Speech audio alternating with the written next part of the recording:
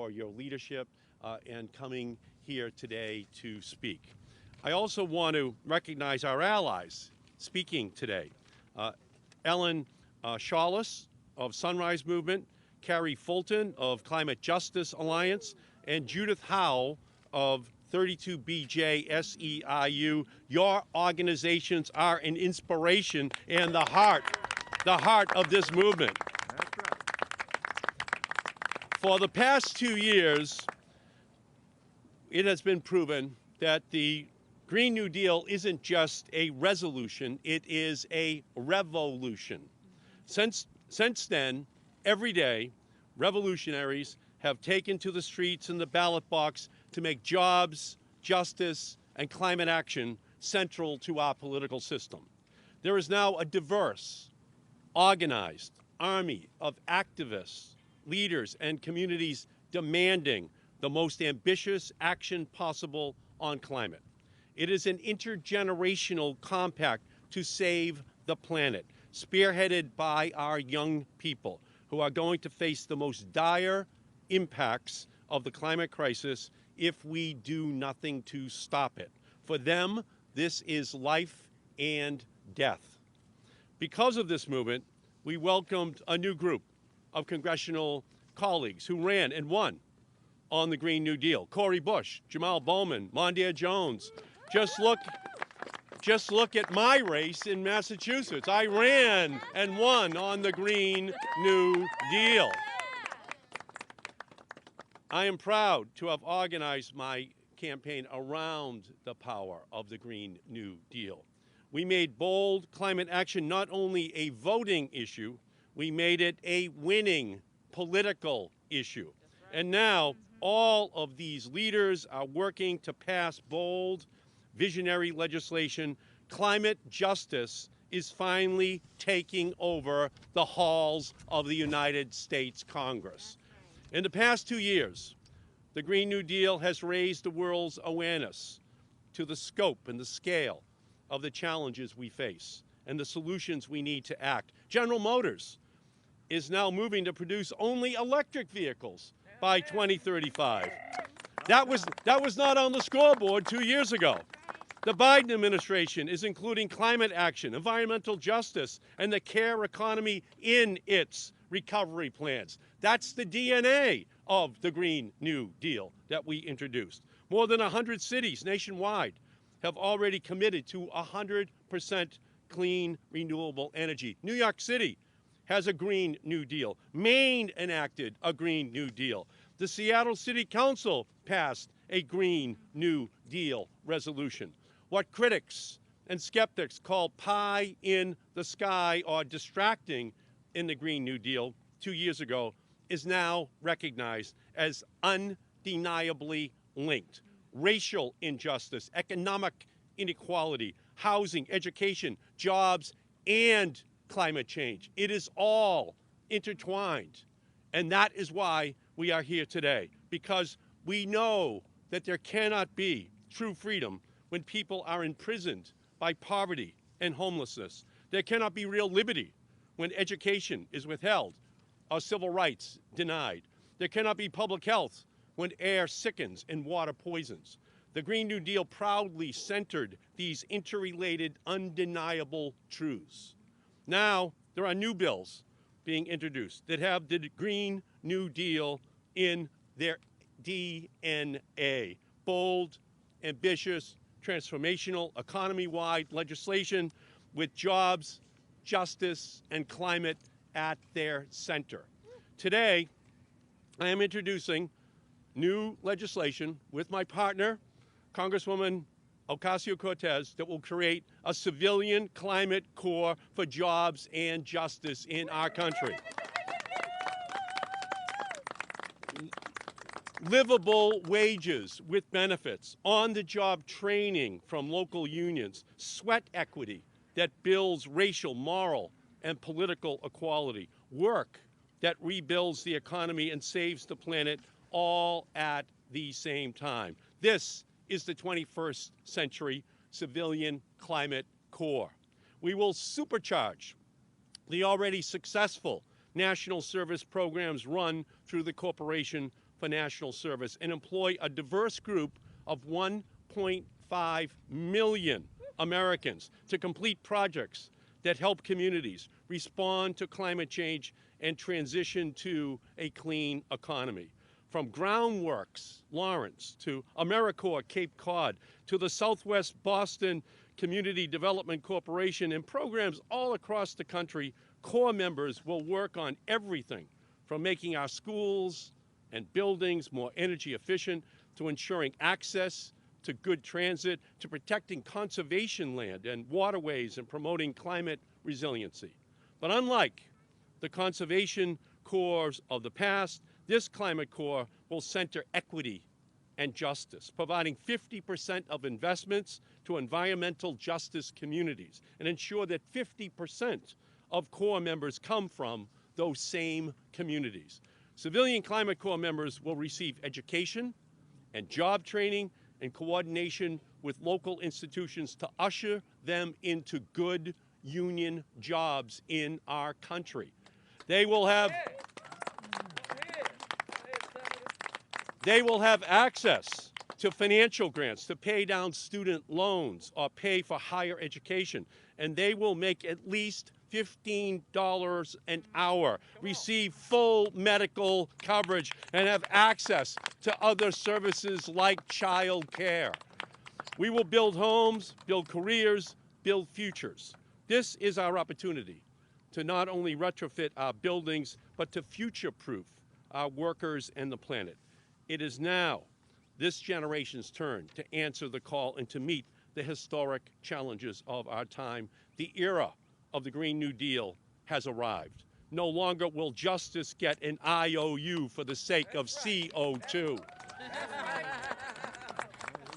Intersectional is foundational.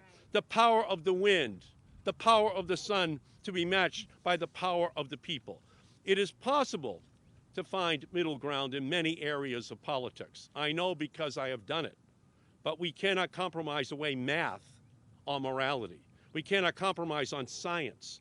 Policies will take steps to save the planet, or they will not. We cannot compromise on justice. Policies are equitable, or they are not. We cannot compromise on the fate of our planet and the fate of human civilization. We must do what it takes to create the jobs, to render the justice, to ensure the livable future that the Green New Deal calls for. We have the technology to do it. We have the economic imperative to do it. We have the moral obligation to do it, and we need the political will to do it. And we will do it this year. We have our charge. And now, I would like to introduce the great leader from the state of New York, my partner, Congresswoman Alexandria Ocasio-Cortez. Thank you so much, Senator Markey. Today is just such a wonderfully momentous and joyous day. And, pardon? Speak up? You got it. Today is such a wonderfully momentous and joyous day. Sorry, I've got some hair in my mouth going on here.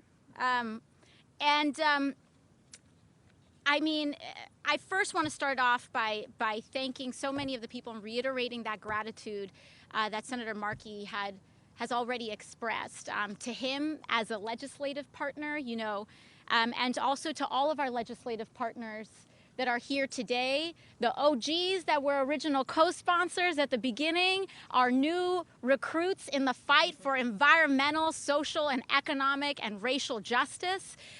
This legislation and our future does not move forward without you all. And I wanted to underscore that because a lot has happened since we introduced this resolution 2 years ago. And when we introduced that resolution 2 years ago, every single member that was here and co-sponsored this legislation took a risk. And Senator Markey, first and foremost, took an enormous risk. And he did it for us. He did it for our planet. To take a risk working with a first-term Congresswoman, co-sponsoring enormous legislation that is huge in scope, Not because it's the convenient thing to do, but because it was the right thing to do. Because for so long, our movement towards a sustainable future has been divided with really just this false notion that we have to choose between our planet and our economy.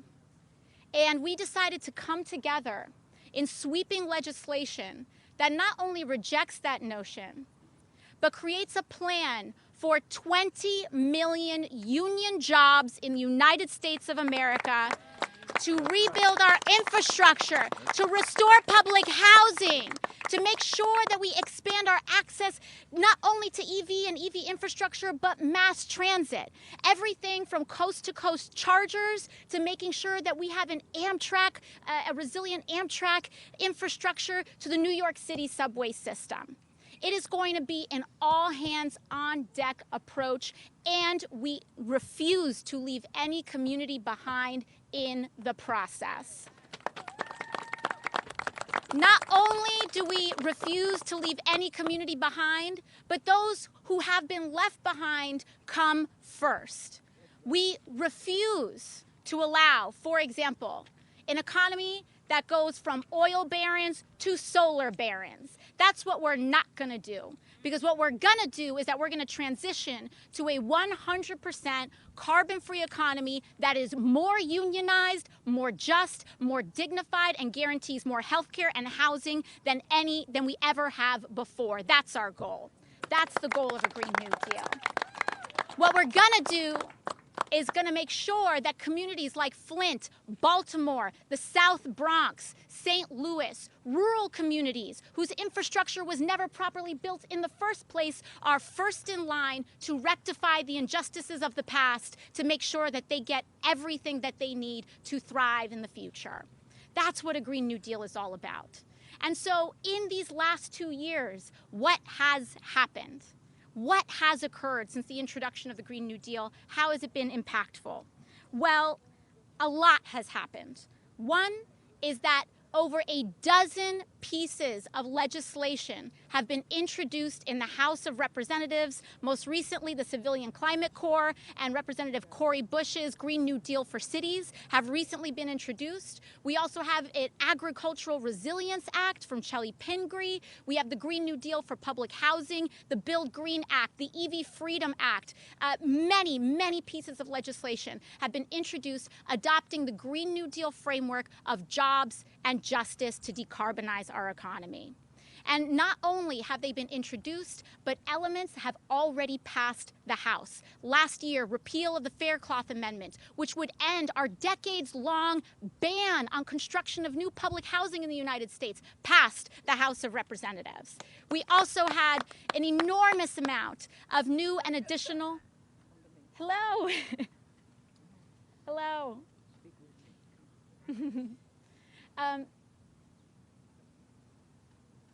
Thank you. Thank you. Thank you so much. Thank you for being here. We also have dozens of new and additional pieces of legislation that adopt a Green New Deal framework that ensures that we can make sure that we create millions of jobs in the United States and advance the cause of racial and social justice. The Green New Deal also, importantly, recognizes the systemic cause of climate change. Because while climate change is a planetary crisis, it is not caused by an environmental or random, it does not have a random or environmental genesis. It's not just human caused, it's societally caused.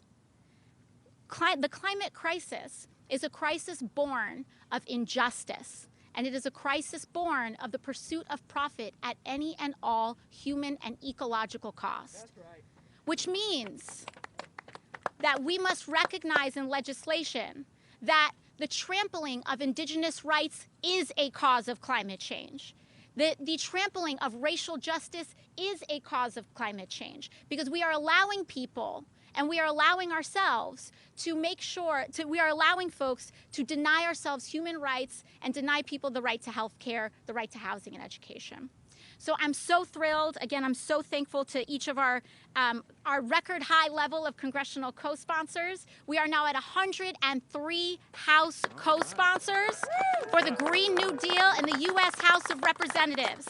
And we have our allies here today: Jared Huffman, Cory Bush, Juan Vargas, Kai Kahele, Jan Schakowsky, John Larson, Tom Swazi, Sarah Jacobs, Lloyd Doggett. Am I missing anybody?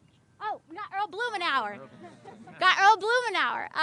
And we're so incredibly excited to have all of them here today. And of course, our grassroots and community activists for whom this legislation would not exist and would not have the momentum without. We have Ellen Ciales of Sunrise, Kari Fulton of Climate Justice Alliance, and Judith Howell of 32 BJ. We're so thankful, and we'll continue that on as well. So thank you all so much, and I'll hand it back to Senator Markey. Oh, and we've got Alex Padilla as well. Yeah. Thank you so much. Hello, Senator Padilla. Sorry, I missed you back there. Alex. Welcome. Yes, and I'll hand it off to you, Senator Padilla. Thank you. Thank you, Congresswoman. Thank you all for joining us here today as we reintroduce the Green New Deal. And in particular, I want to thank Senator Markey and Congresswoman Ocasio-Cortez for your tenacious leadership on this issue and in the battle against climate change. And I'm proud to share that my home state of California has long led on climate policy and on innovating clean energy solutions that create good jobs and grow the economy. I'm proud to have been part of that leadership as the former chair of the State Senate Committee on Energy in the state capitol. California first adopted a renewable energy mandate in 2002, and we have since raised it.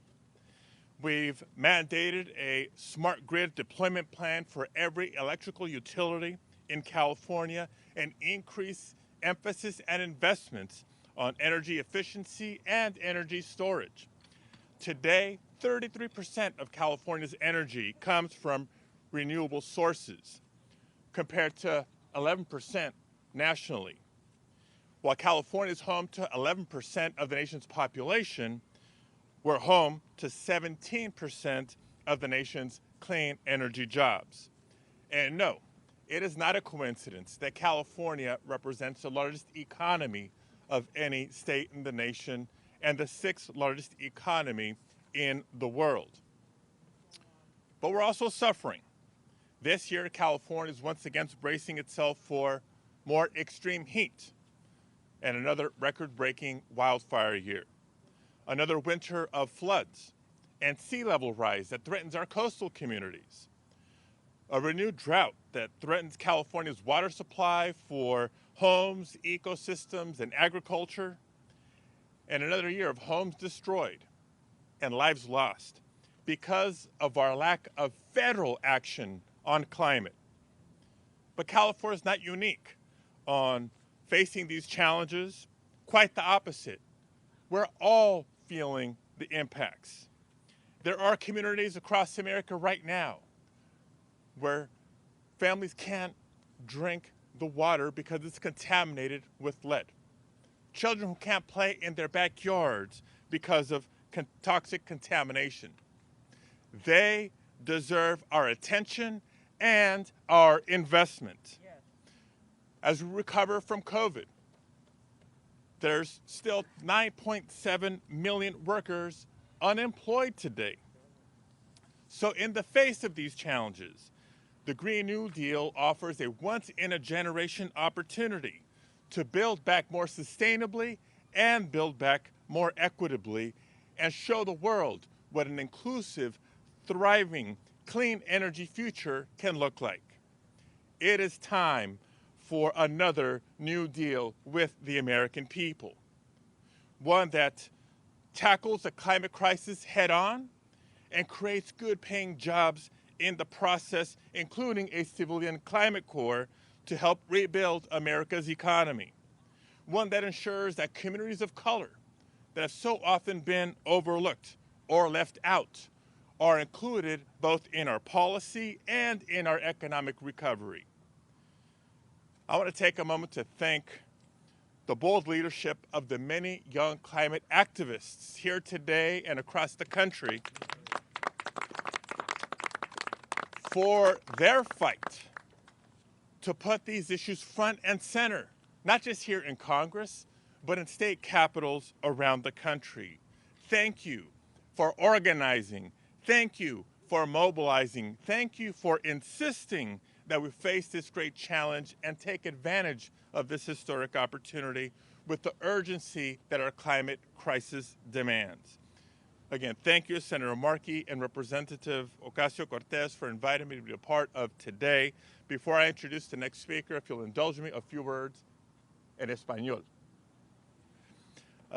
Les doy las gracias al senador Markey, la congresista Ocasio-Cortez, por su liderazgo sobre varios años contra el cambio climático que está dañando nuestro país y el mundo. El nuevo Acuerdo Verde aspira a crear una movilización nacional sobre los siguientes 10 años que lucha contra las crisis económicas, sociales, raciales y climáticas interconectadas que dañan a nuestro país. La solución, inversión, no solo en nuestra infraestructura, pero en las comunidades más dañadas por aire, tierra y agua contaminada.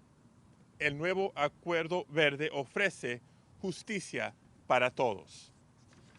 And now it's my honor to introduce not just a colleague here in Congress, but a longtime partner. We served together in the California legislature advancing these policies, my friend, Congressman Jared Huffman.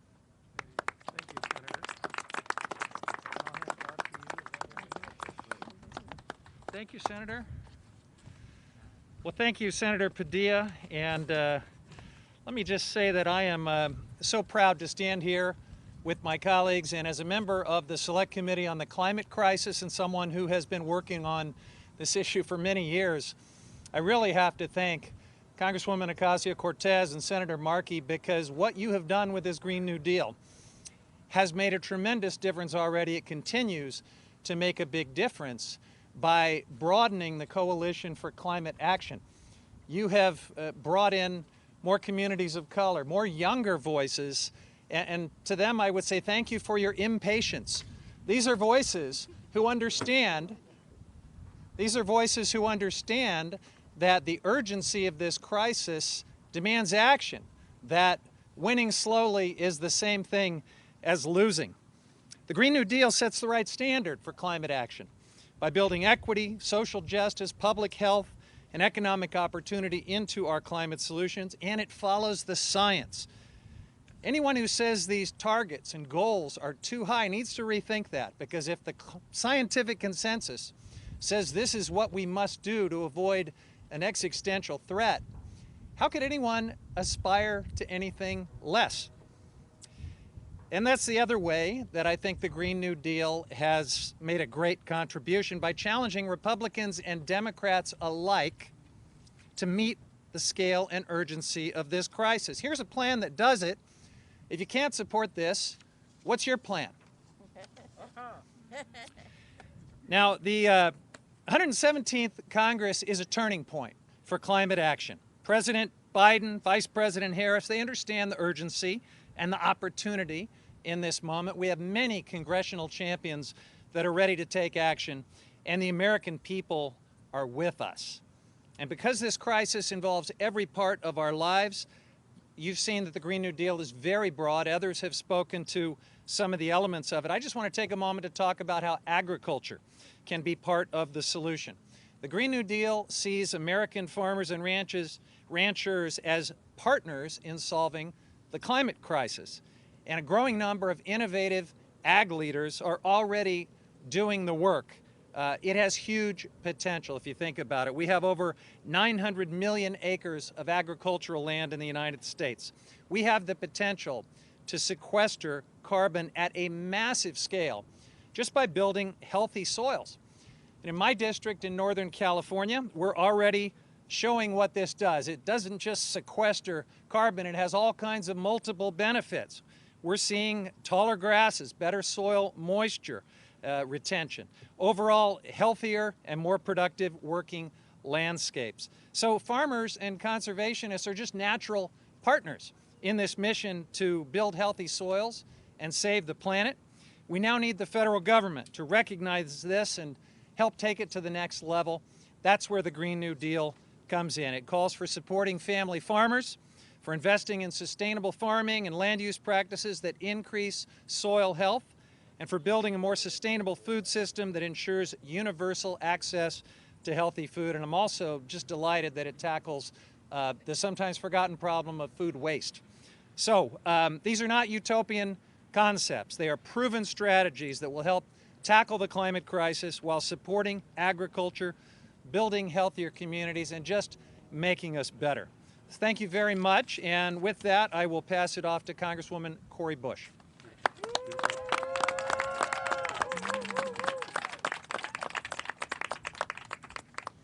So I won't take my mask off because I don't want you to see the mess that the lipstick makes under the mask. But first of all, hello everyone, and thank you all so much. This support is amazing, especially for someone like me who is a freshman to Congress, only been here a little over 100 days, but then also as someone who is new, just in the matter of the last maybe 4 or 5 years, new to this movement. So I'm still learning a lot, but I understand now why this movement is so important, and important to people who look like me. That's always been an issue that I bring up. I highlight that because it's a very real point. It's a real point because I spent so much time in St. Louis talking about just trying to survive as a black woman in America, and trying to survive in a place where we're #1 for police murder, and trying to survive in a place where we're #1 for homicides, and trying to keep my son and my daughter alive, and trying to put food on the table, and to keep the air conditioning going, to keep the heat on, and trying to eat. And so now that I understand we've made those connections, I have to shout out and thank my colleagues in the fight, those who put in the work and opened my eyes and the eyes of so many others. So thank you to my dear sister, Congresswoman Alexandria Ocasio-Cortez. Absolutely, my sister in this fight, and to Senator Markey, who opened his arms like, hey, look, let's do this work together. So thank you.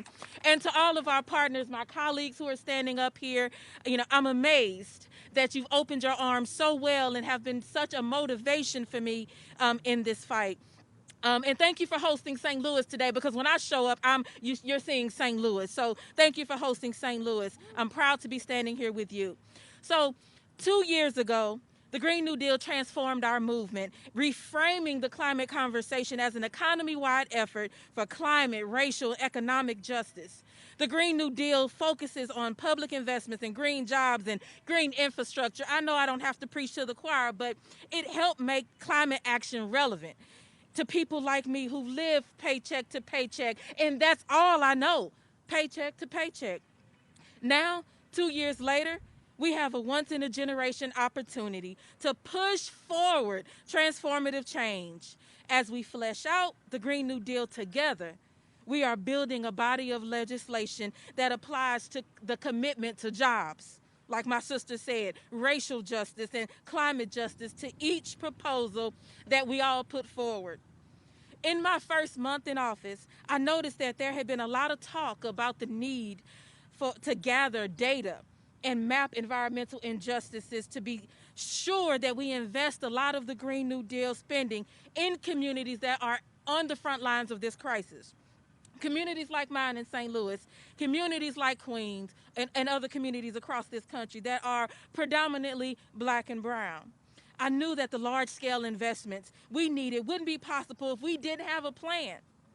That is why Senator Markey and I put forward the Environmental Justice Mapping and Data Collection Act in January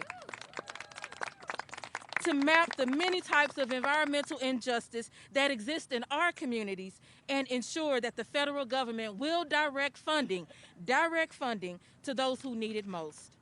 That was my first environmental bill. And yesterday, we took bold action with the introduction of our Green New Deal for Cities Act that which is my first original explicitly Green New Deal legislation, and I could not be more excited to be able to be a part of this. From the moment that I heard about the Green New Deal, I knew that we needed it right at home in St. Louis so we could directly hire our own people to clean up our communities. Our community is home to out of control nuclear waste. And let me say that again. Our community is home to out of control nuclear waste, and we thought that that was just regular. We have lead paint, mold, and bullets contaminating our homes and our neighborhoods. Yes, I said bullets. We live downriver from Line 3. Fossil fuel infrastructure that's putting the children and families in our communities at risk every single day. And despite this massive hazard, it is not shut down. The Green New Deal for cities is our effort to meet frontline climate demands. It would fund a Green New Deal in every city, every town, every state, every tribe, and every territory. Right away. Right away. With each community investing money in climate and environmental justice projects. Whoever is out there listening today, we know this.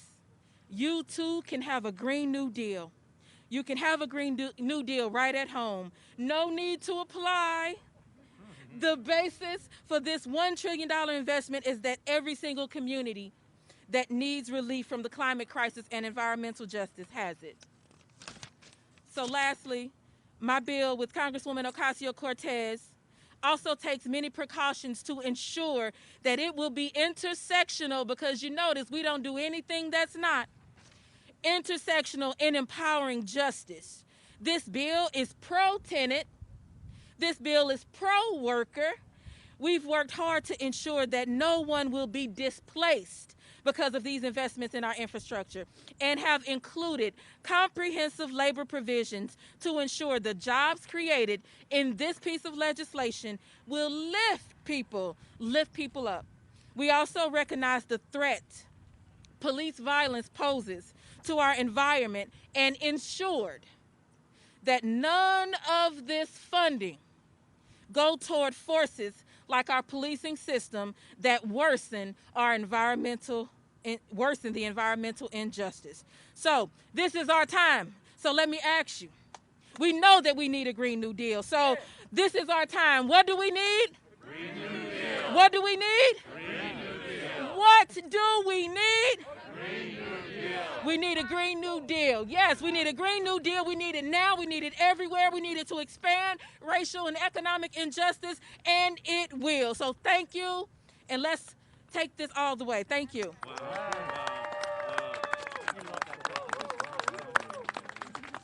Beautiful.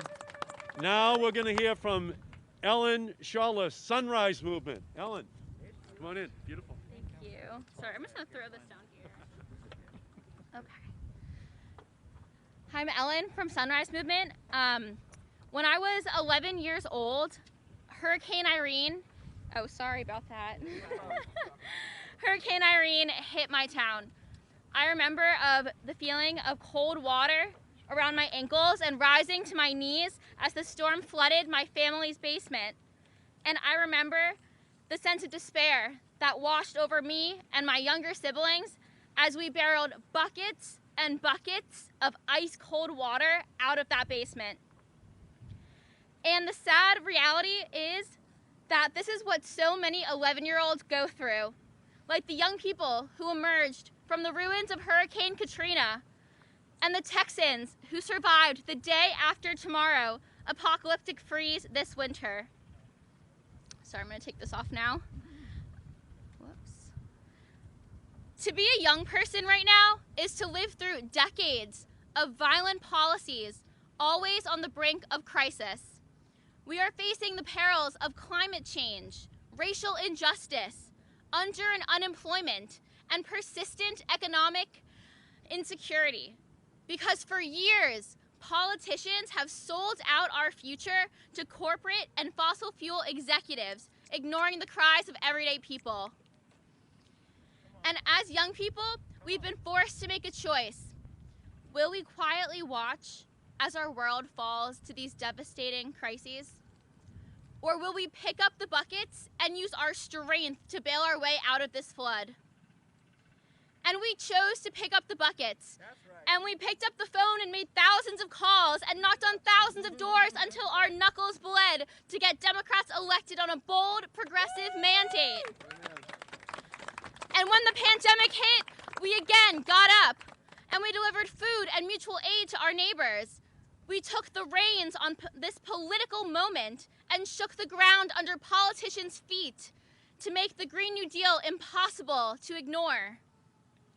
So Biden and Congress, we're asking you, no, we're demanding that you come down and stand with us and pick up a bucket. That's what you promised to do when you ran, and that's what we need to stay alive. We know that we are the levee that holds back the flood, and we know our power. So put this Civilian Climate Corps Act in your infrastructure package. Put young people to work building back better in our own communities. Pay us good wages so that when the next disaster strikes, our buildings are resilient because of the labor of Civilian Climate Corps members. And when we do need help bailing water out, the burden is not put on a frightened 11-year-old, but a Civilian Climate Corps member will be there alongside her to weather the storm. So if you're a young person watching today and you're ready to start building a better world, join us, join our movement, and let's get to work. Thank you so much. Fabulous. Next, Carrie Fulton from the Climate Justice Alliance.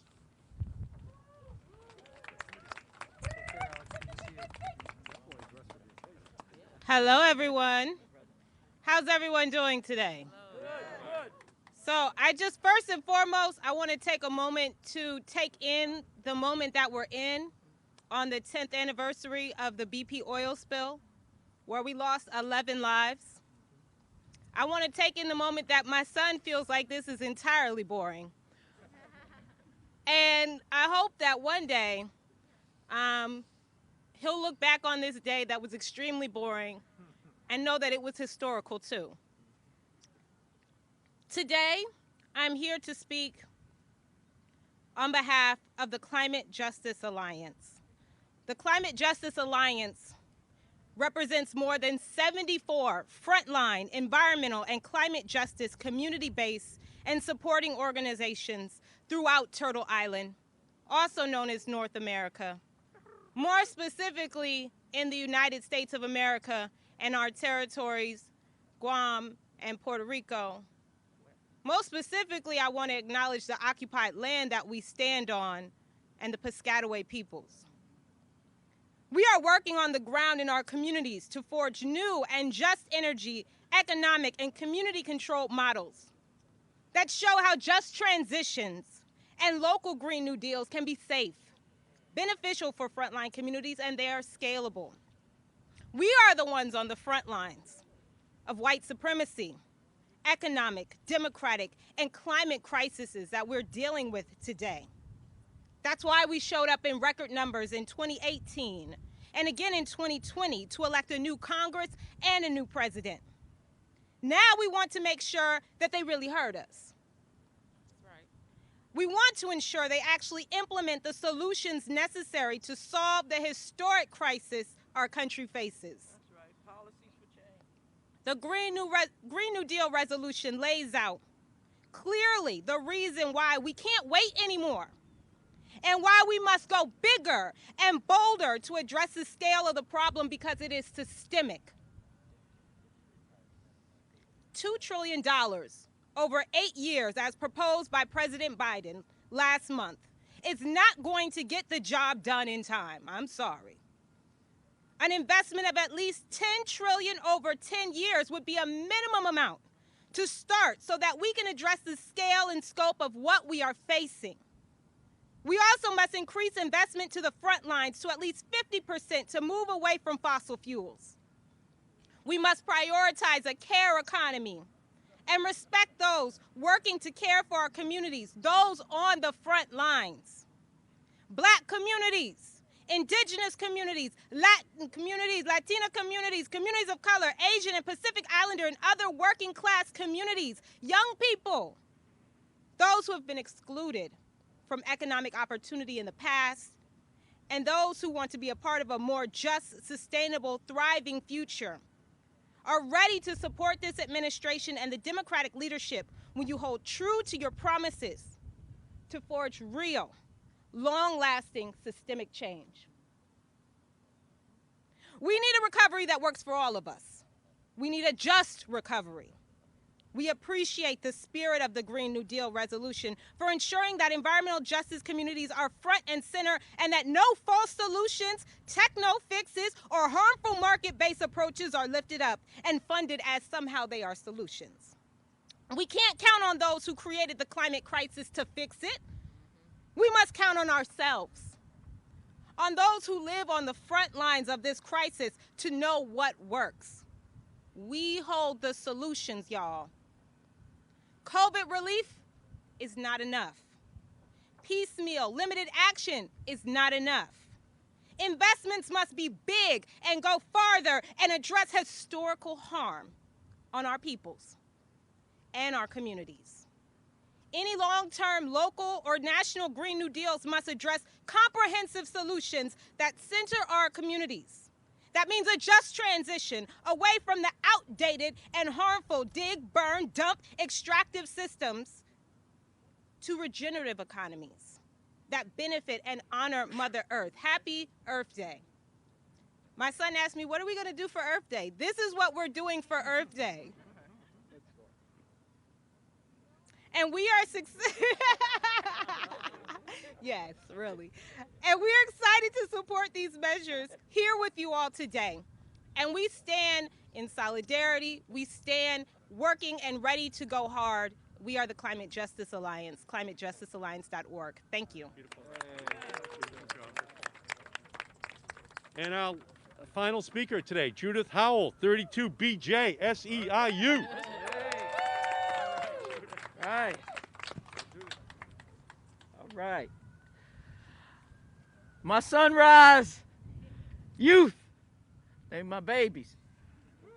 And I want to say good day to all of you. I am Judith Howell. I'm a security officer here in Washington, D.C., and I'm a proud member of 32BJ and the Service Employees International Union. Let's understand that. And I'm gravely concerned about our planet, planet Earth. It's the only spaceship I know. It's the only spaceship we've got. The fight for climate justice is critically important to my union. We support the Green New Deal because we believe that working people can and must be a part of the process of reversing climate change. And the Citizens Climate Corps is a great first step in that action. But we must ensure that all the service jobs, like cleaning and security, the buildings or infrastructure locations that receive federal investment, are good jobs, paying good living wages and benefits. You know, like we get in the union. Climate advocacy is not new for us. 32BJ is a part of the People's Climate Movement. 32BJ is a longtime member of the Blue-Green Alliance, and my union has an award-winning Green Supers program. Supers being the day porters and managers and superintendents that direct the cleaning in most of the buildings that our people either work in or have been away from during COVID, working long distance.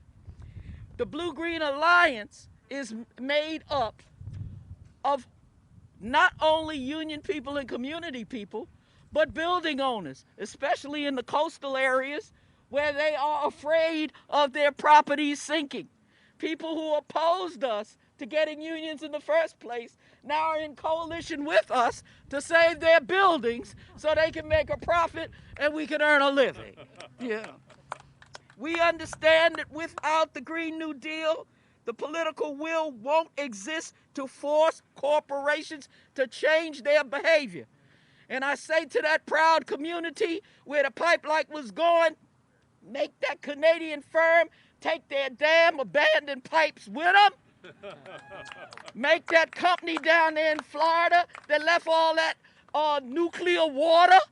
They should have been made to clean it up before they were allowed to close down and take their little bonuses and stock profits. The greedy never care about the needy. Big oil, big coal, gas frackers and their lobbyists scare their workers into believing that change will ruin their livelihoods and take their jobs. But the Green New Deal and the Climate Corps will go to these communities first, where there's no longer coal being dug out the earth. You don't even know what it was there for.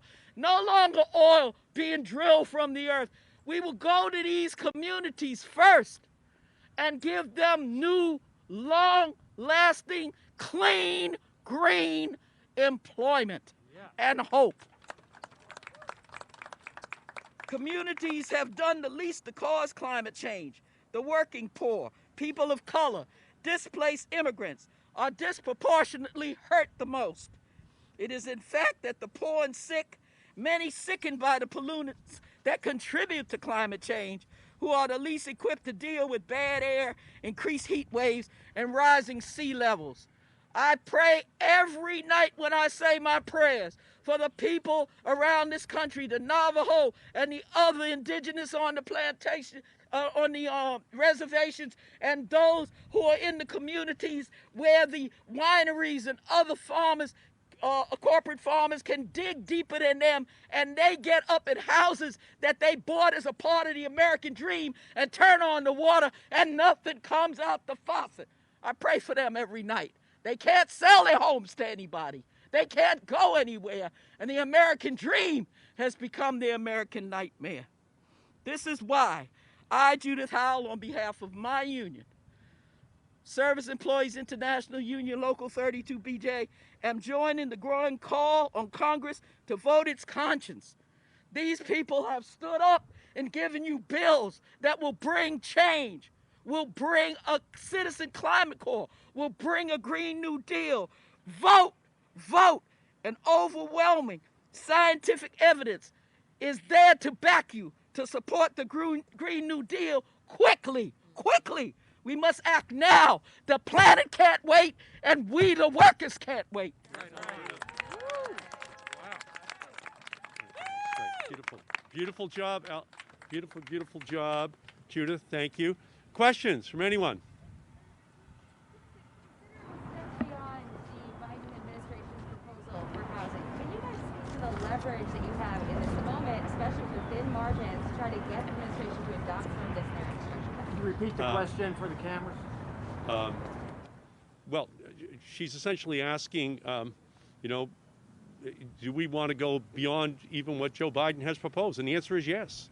We believe that this is the moment that requires us to act big, think big, have a program that matches the magnitude of the problem that we're confronted with, and to do so with justice as we create jobs for everyone, union jobs. So we're here to say today that we are going to be calling for the highest aspirations that our country can reach. We're saying that we want to lift the gaze to the constellation of possibilities for our country and for the world. And so we're here today to say we want to go big, even bigger. And I'll let Congresswoman Alexandria Ocasio-Cortez answer as well. Of course, yeah. I mean, as the senator mentioned, if the question is, do we intend on sending a message to the Biden administration that we need to go bigger and bolder, and the answer is absolutely yes. We need to expand public housing stock in the United States. We need to commit and work with, as Representative Huffman mentioned, with our farmers and our ranchers to ensure that we go big and bold on regenerative agriculture in this country. We need to make sure that we're investing in mass transit and really return to the spirit of this national mall, which is we didn't rely as a country on a corporation to build the Washington Monument. The people built it. The public built it. And we can, I think that the Biden administration has already shown an adaptiveness that we certainly didn't have in the previous administration, to say the least. But especially on the issue of climate. I must say, last year we worked on the Climate Unity Task Force, and the amount that we have negotiated that has already been incorporated in the Biden administration's approach so far is commendable, and we have to go bigger and bolder than that as well. Thank you. No, we're reintroducing it because the people demand that we reintroduce it. We are reintroducing this legislation because we went to our communities. In our communities, we ran on this promise. We're fulfilling our promises, and we're going to continue fighting for economic and environmental justice. This has nothing to do with politics and everything to do with our job to be accountable to the American people. Great. Question. Senator, Question. are you having conversations with the White House right now? And also, are you having conversations with Republicans about this? Because right now, with the filibuster in place in the Senate, you will probably need to get Republicans on board. What's your path forward? Well, we are in constant communication with the White House in terms of the boldness that we want to see in this plan. And with regard to Republicans, we want to see them come forward. A proposal of only $600 billion is clearly inadequate to the magnitude of the problem. So we don't want to see a repetition of what just happened on the COVID relief package. And we want, obviously, for Republicans to come forward. We want them to support something that matches this incredible set of intersecting crises which we're facing in our country. But if they don't come forward, then we have to pass it with a reconciliation with 51 votes. And beyond that, we have to repeal the filibuster in order to ensure that we have the capacity to be able to deal with the problems that we're facing in the same way Franklin Roosevelt did in 1933. This is our FDR moment. It's 2021, and we cannot miss this historic opportunity. Question. Senator, to that end, Senator, I know you're hoping that you can pass it through reconciliation. There's been other Democratic senators that have said that they're not doing anything other on reconciliation. And this is for you, Congresswoman, as well. Are you concerned about these messaging bills that put your moderate colleagues that are in at-risk districts being forced to say where they stand on a bill like this, especially given the fact that the margins are so tight in both the House and the Senate? Okay. Well, I mean, first and foremost, this is legislation. It's not a messaging bill. People's right to housing is not a messaging bill. People's guarantee to health care is not a messaging bill. People's ability to drink clean water is not a message. It is an action that we have to commit to. And when it comes to idea of a message or whatever it may be, I believe, personally, as Democrats, when people trust us with power, we have a responsibility to use it and steward it to benefit their lives, period. And that means taking bold, courageous action. And so when it comes to, are we going to be put on the spot? To me, the greatest risk is doing nothing on climate or doing too little. That is a greater political risk, because when we have what happened in Texas just earlier this year, when we have the floods that happened in the Midwest just a year or two ago that left communities underwater, that can be just as politically, environmentally, and socially destabilizing. And so, when it comes to the issues of reconciliation, the filibuster, et cetera, even if you want to just go down the political route, I think it's much politically riskier to not pass legislation that changes people's lives and send the message that a Democratic majority won't do much, which is why I'm proud that legislators have stood up and went bold on COVID relief, and why we are pushing for them to continue down that path with an infrastructure package and further legislation as well. Yeah, and again, as I said earlier, 2 years ago, on the day we were introducing the Green New Deal, General Motors was not planning on having no additional internal combustion engines being manufactured by 2035. The utility industry was not planning on having all renewable, non-carbon emitting electricity by the year 2035. We did not have debates about how all of these issues came together: racial, health, educational, housing, and climate issues. We weren't having that debate. People were saying, why did you add those additional elements? What did they have to do with the climate debate? Well, we don't have to explain that to people any longer. We saw it on the streets of our country throughout all of 2020.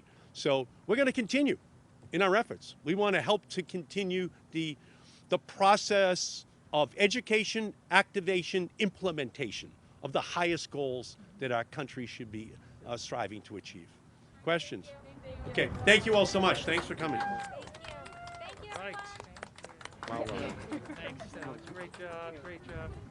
I love lift our gaze to the constellation of possible. Oh my God, give me chills, Senator. Oh my God, when you're with her. Well, beautiful, well done. Okay, yeah. Okay, good. Okay, yeah. I'm not used to this stuff. I never know where to go. President's right down there. Look at the cameras right now.